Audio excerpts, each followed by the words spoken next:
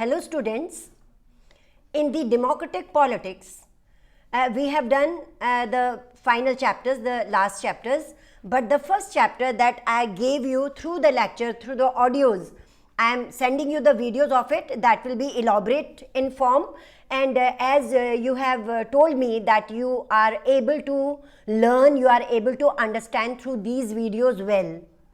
So let us start with the first chapter, that is power sharing. Power sharing. It is an idea that was there among the people in the different countries since the time immemorial. Earlier, there was a notion that the power, the administrative power should be undivided. There was notion of undivided power. That means all the powers, they should be in the hands of the majority, and majority rule should work according to its own will in whichever way it wants. So this was the notion in the earlier times. But later, as the scientific methods developed, as the knowledge and rationalism and through the experiences and through the experiments, the notion was established that power sharing is must. Our first chapter deals with this topic, that administrative power should be shared between the different sections of the society, between the different organizations, between the different groups, and as many as people, they should be included in power sharing. Like for example, you can see in your own country, in India, there is power sharing at every level. For example, there is power sharing at the center. The power is shared between the different organs of the government, legislature, executive, judiciary. Power is shared in the same way in the states. Then the power, administrative power again, is also shared between the center, state and local bodies. About the local bodies, we have discussed in so many chapters, that is municipalities and panchayats. Power sharing is there. Then in India, power sharing is there among the different social groups. There are a number of social groups in India. The stories of Belgium and Sri Lanka, which we are going to study in this chapter in detail.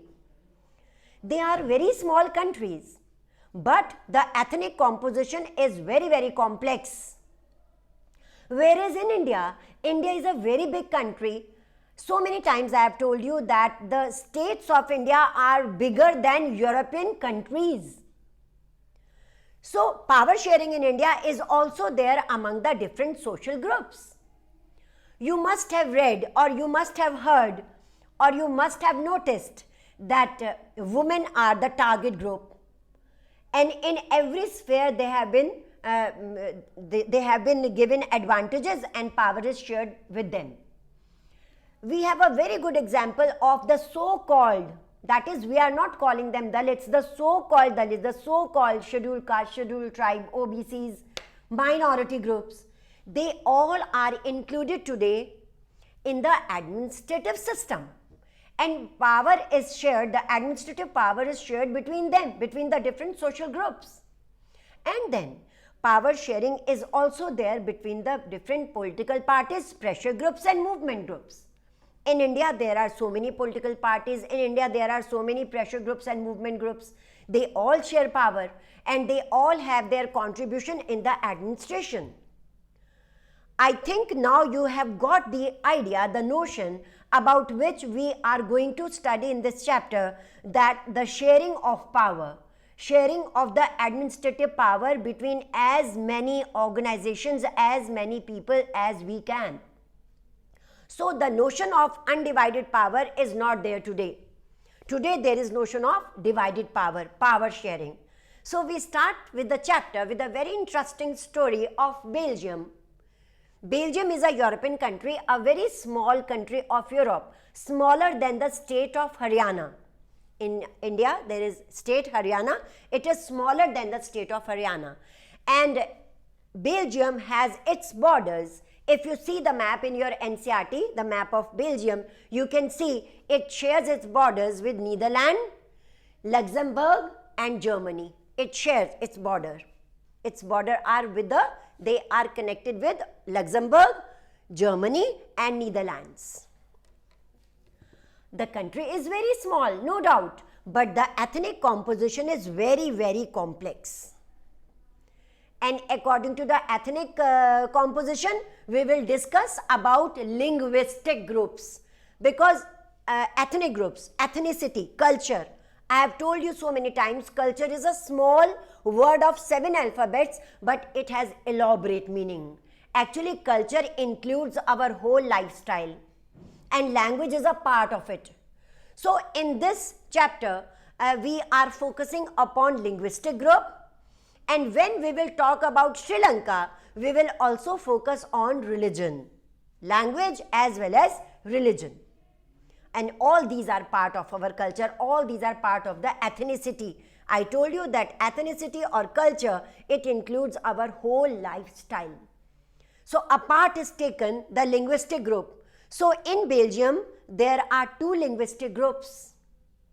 59% people of Belgium, they spoke Dutch language and they resided in Flemish region. 59% Dutch speaking. That means they were in majority. However, 40% people spoke French language and they are the residents, were the residents of Wallonia region. So the whole country is divided into 2, Flemish and Wallonia region. 59% Dutch speaking people, that is linguistic group, cultural group, and 40% people speak French language and they reside in Wallonia region. However, there are 1% German speaking people also, and they are scattered everywhere. Means we cannot clarify that in which area they are living, as we have clarified Flemish and Wallonia region. 1% German, they are scattered everywhere and they are speaking German language. What could happen in such a situation? You know that Belgium is a democratic country. Sri Lanka is also a democratic country. At the end of the chapter, we will discuss about, we will compare and we will discuss about what can happen in a democracy, and that the example of Sri Lanka is an exceptional example as we talk of democracy. So, as Belgium is a democratic country, there are different linguistic groups in the country. What could be the possibilities? Because Dutch tend to be in majority, 59%. 40% French people, they tend to be in minority. But do you know that the French were relatively rich and powerful in Belgium? Relatively means as compared to the Dutch. They were relatively rich and powerful, and they got the rights of education, the rights of economic development earlier than Dutch. So it could be resented by the Dutch, because although Dutch are in majority, but French enjoyed as many powers and more powers than Dutch. There is one more thing to discuss, that is Brussels. That is the capital of Belgium, Brussels, capital of Belgium. The situation is reverse. The community which is forming the majority in the whole country is in acute minority in Brussels. That is 20% Dutch speaking, and the community which is in minority in the whole country, that is 40% French speaking people, they are 80% in Brussels. Now you can feel, or now you can imagine that what could be the repercussions. Dutch could resent that when we are in majority in the whole country, why French are relatively rich and powerful. Now, French could say that we are in majority, acute majority, absolute majority in Brussels, that is the capital of Belgium. So, there could be a messy, there could be a war, there could be a rivalry between the two groups. And however, if there was a messy partition of the country, both the groups, both the parties, both the linguistic groups, they could fight over Brussels. French could fight that we are in majority, 80% absolute majority, and Dutch could fight for Brussels and claim it because they are in the whole country, they are 59% majority in the whole country. So situation could be very tense. But we will discuss it in the next lecture, that what happened actually. Before that, we come to the story of Sri Lanka. It is also a very small country, an island country. You can see in the map of India a very small island country as Sri Lanka. But the ethnic composition is again very complex. In Sri Lanka, 74% Sinhala speaking. Sinhala is a language. Again, I am telling you, we are speaking about linguistic groups. 74% people speak Sinhala language and they are Buddhist. I told you that in Sri Lanka, we will discuss language as well as religion. So, they are Buddhist. However, there are 18% Tamils. Among the 18% Tamils, there are subdivisions. That is, 13% are Sri Lankan Tamils who were born in Sri Lanka and they belong to Sri Lanka. They are Sri Lankan Tamils, speak Tamil language. And there are 5% Indian Tamils who had been as indentured labor.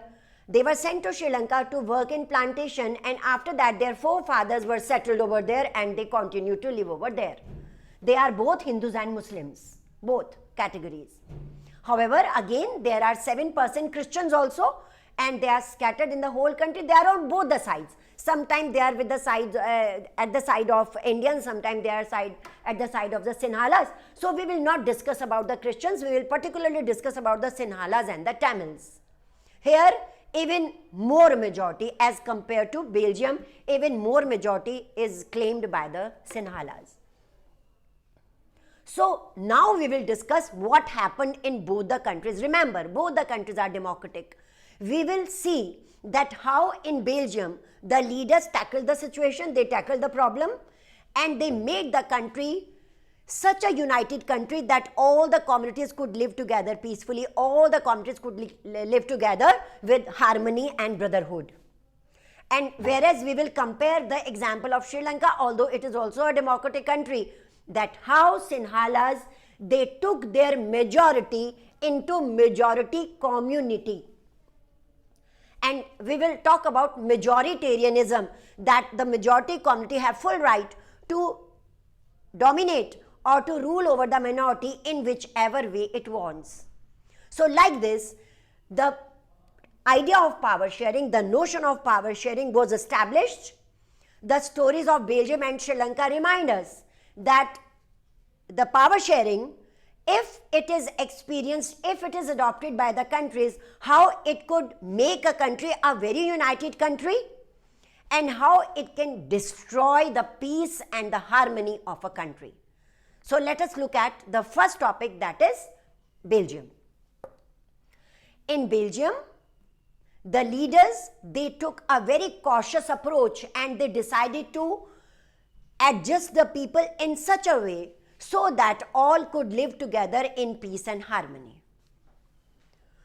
So when the government was formed, when elections were there and the government was formed, they decided to give equal seats to the Dutch and to the French at the center, in the provinces, and in the other. Equal rights were given to both the communities. That is called the accommodation by the Belgium leaders. We will discuss about it. Before that, we can discuss about Sri Lanka because it is given in the initial pages of your NCERT. So in Sri Lanka, what happened, that when elections were held, obviously Sinhalas, they came to the power. 74% they were in majority in the country. So they came to the power and they began to adopt the majoritarian measures. That is, the majority community could rule over the minority in whichever way it wants.